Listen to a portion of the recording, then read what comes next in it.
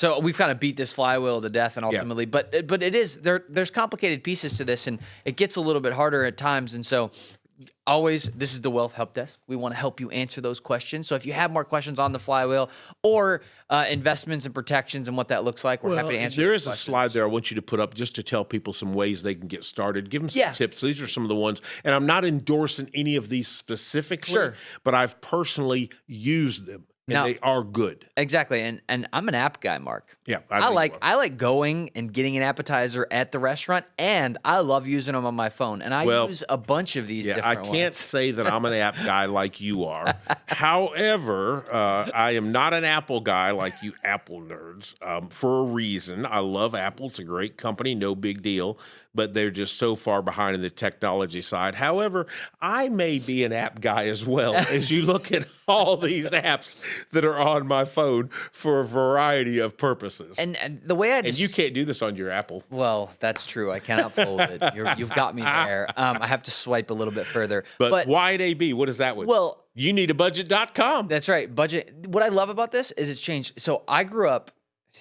You're gonna be amazed by this, but my mom made me balance the checkbook, right? And so that was where I started. I think they still should teach it, even though nobody's ever going to have a checkbook in the future. And I hate it. I hate it doing it. I hate it today because when I look at the apps, it's so much more beneficial, and especially if you've collected a plethora of different types of accounts, right? I have stuff that automates all of my budgeting apps. So like it knows my different bank accounts, how they can get in, if the money changes over there, if I got paid, if there was a big expense, I can make a notification. If Sarah went and spent $1,000 on something, I know about it, right? Now, Sarah is really, really good about telling me, hey, I'm going to go purchase this thing or whatever. But those apps have made it so seamless where I don't have to spend the hours. It's so fast. So what do you use those for up there? What are the ones that you like? I love the budgeting app. I don't use that one. I use NerdWallet, but same thing. Same thing. And it's a good NerdWallet's a good one. Absolutely. It's fine. And it says, hey, they both accomplish the same thing. Exactly. Acorns is fun. Robinhood's also another one. And this is a little bit more. So what's Acorn for?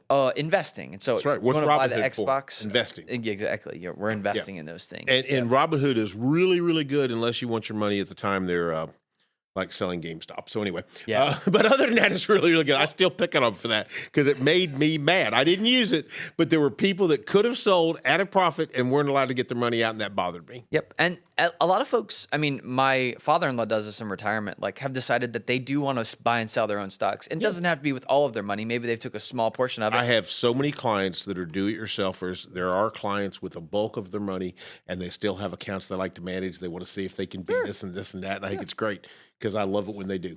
Yeah, and that's fun for them. And honestly, I found that that's something that folks like to do in retirement. Some find that as like the most fun thing to do, even if they're not finance dudes. Like they just, hey, I was an engineer, I was a pilot, I like doing this stuff. It's kind of there's a gambling element to it as well. So tell me about Monarch Money. I don't know what that is. Have you seen that before? No, it's all in one. Oh, it's got everything in it. Okay, cool.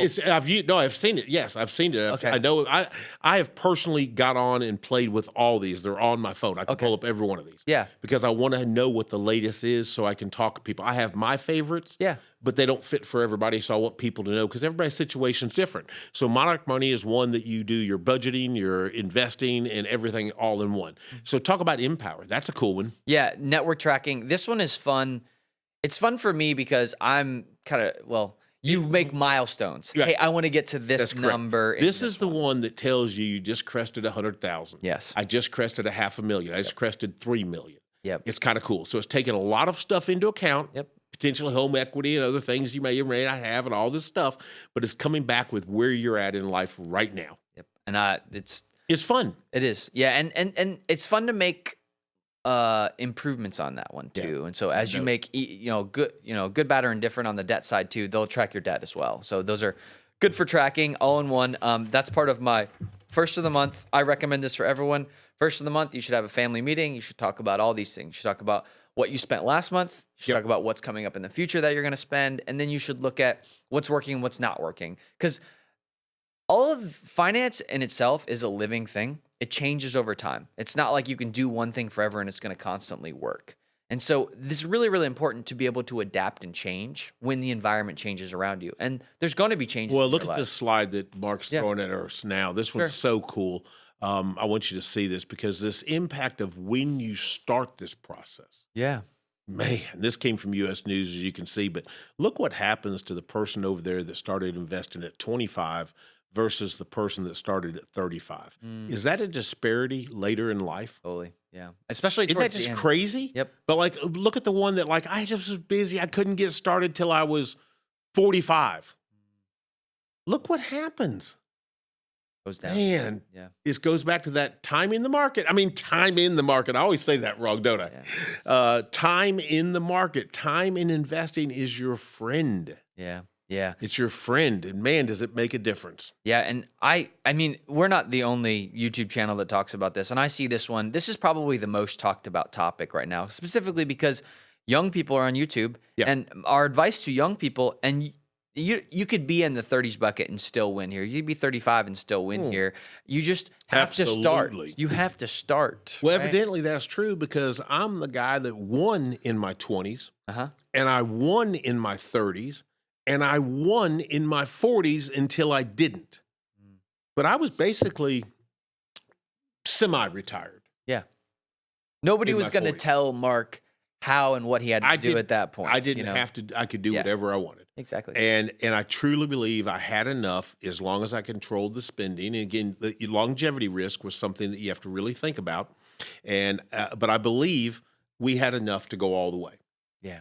Until we didn't. Sure. You know, and that's reality. But look at me now. So when you say, if you're watching this and you feel like you're, you know, call it behind. Okay. I've been behind big time. Yep. And it's all good. It can work out. Now you have to have that mindset that you refuse to lose. Refuse to lose. That's good. Just refuse. It's a choice. Yep. Mark, doesn't work. Yes, it does. I refuse to lose. And that doesn't mean you won't lose. It means you refuse. And what I mean by that is you lose. Okay. As long as I get back up, I haven't lost. I've only lost when I what? Stop. Right. Yeah, when you quit. When I quit. Yep, sure. Then I've lost. I refuse to lose in the game of life. Yeah. And it is a game. It's full of choices. It is. It's full of choices. You want to do some Q&A, Mark? I don't know. Should we? We should do some Q&A. Is it that time? It is that time. Yeah. All right. Well, that's fourth quarter. Fourth quarter. That's right. Well, we like to do the Q&A a certain way. Sure. We've got some questions.